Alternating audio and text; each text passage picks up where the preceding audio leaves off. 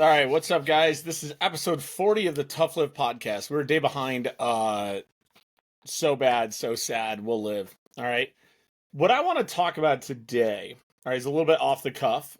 Sometimes these go really well, sometimes they don't. For those of you listening in the car, there's not any amazing hand gestures or anything like that going on, so don't worry. Those of you that are watching, you have a very boring episode today. So feel free to cook breakfast or something while watching. You're not going to miss anything.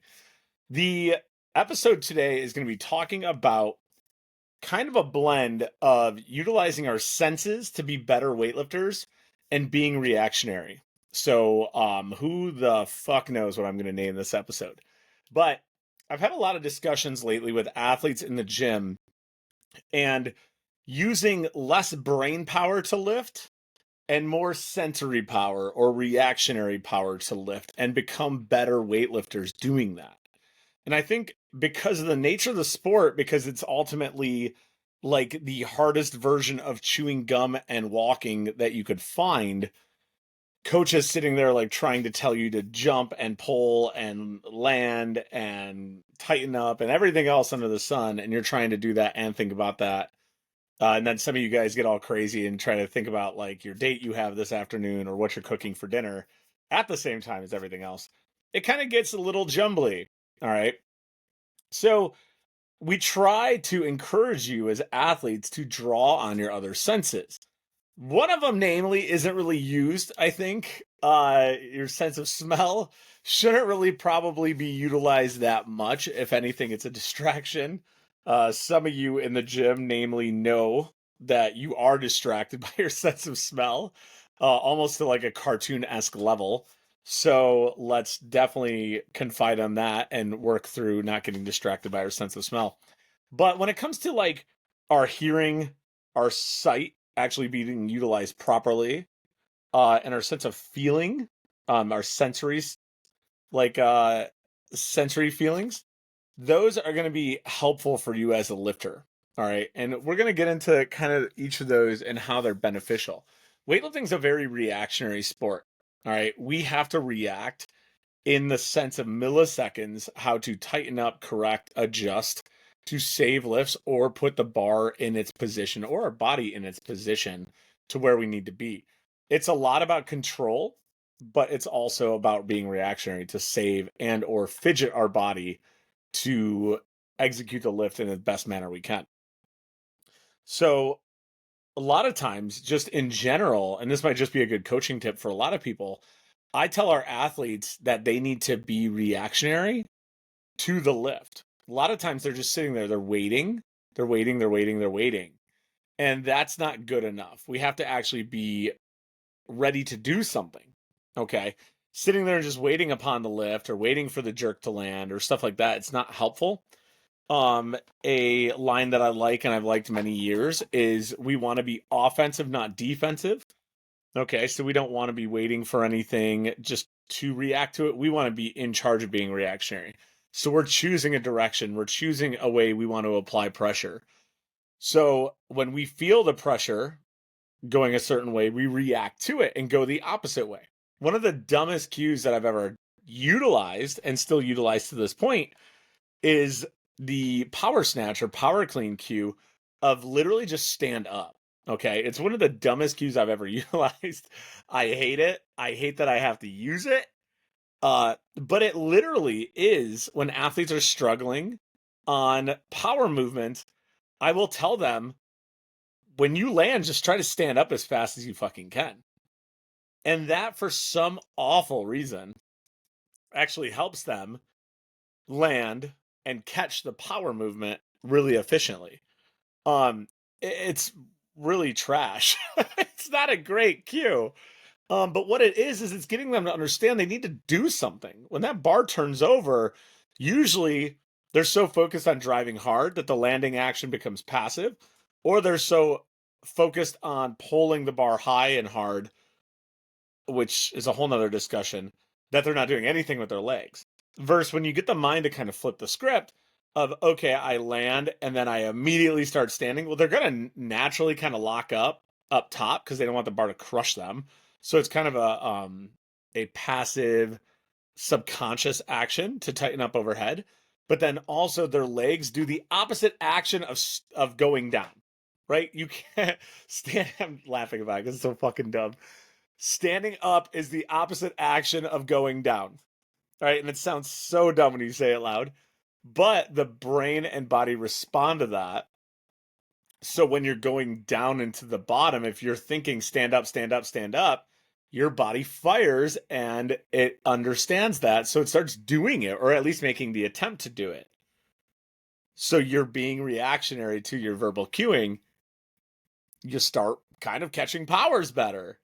And then you just go with that and you kind of train your body how to do that. So one of the dumbest cues out there, but stand up is actually one of the better cues I've utilized in my coaching career to help people catch powers more often. And that's just a good example of being reactionary.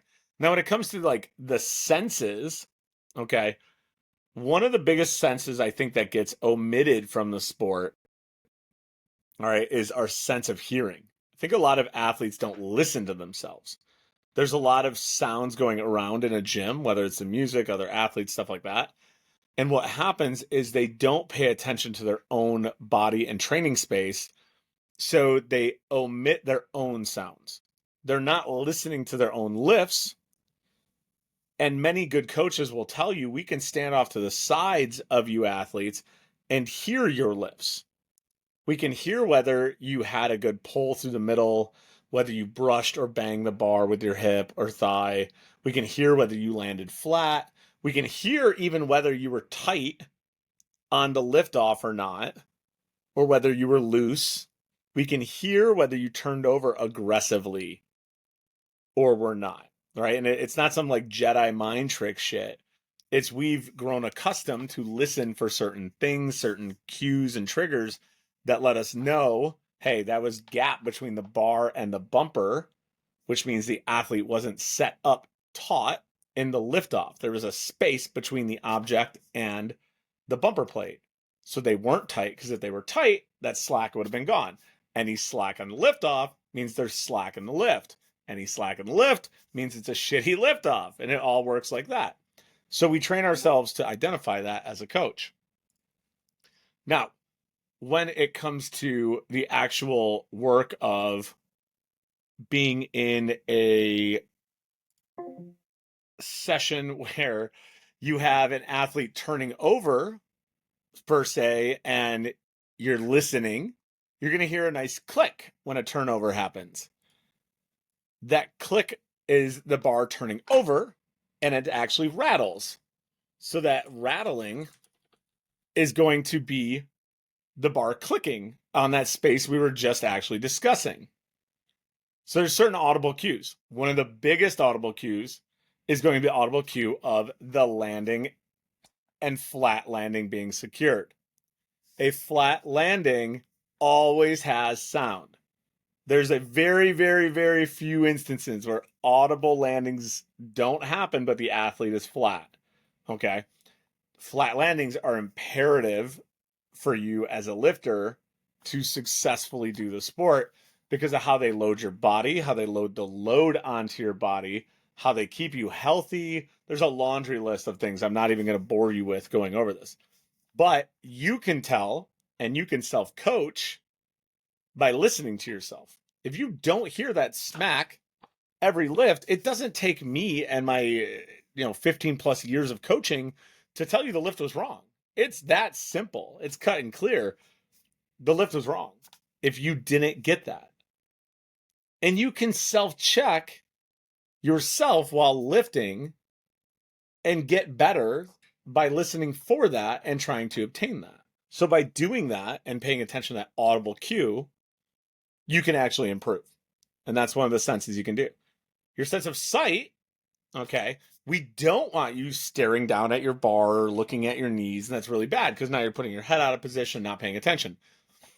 Your sensory point for sight is for spotting and maintaining focus and balance, all right?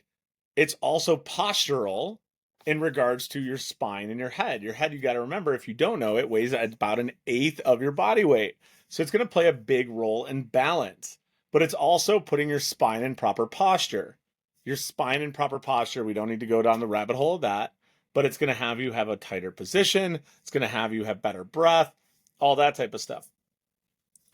But by having your eyes forward, there's also another thing going on, which is spotting. Okay, spotting is going to be in figure skating and dance and other sports where there's rotation going on. That allows you to help you maintain balance in time and space. You will see what is in front of you, so you will know where you are in time and space, and that will help you ground yourself.